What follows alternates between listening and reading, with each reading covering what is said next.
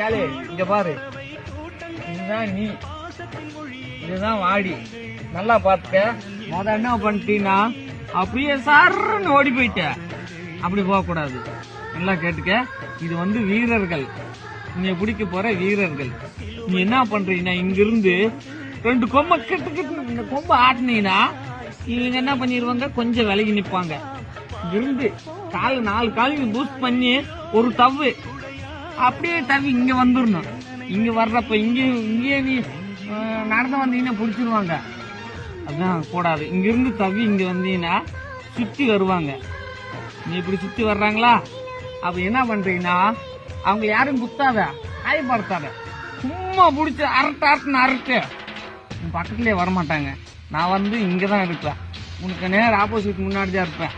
ஒரு 5 நிமிஷம் போராச்சும் ரவுண்டுக்கு விடு. விட்டுட்டாலே அப்படியே என்கிட்ட வந்துரு. அப்படியே உன்னை கூட்டிட்டு இடையில ஒரு பாதை வச்சிருப்பாங்க. இங்க பாடுறா, அந்த பாதையில நம்ம இப்படிக்கா போயிடுவோம்.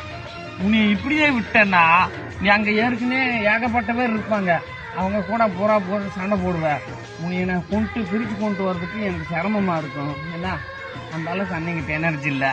அதனால இங்கிருந்தே நம்ம இப்படியே வீடுக்கு வந்துருவோம். ஏன்னா கார் கொடுக்குறாங்களோ கட்டில் கொடுக்குறாங்களோ அதை அப்படிக்கா வாங்கிட்டு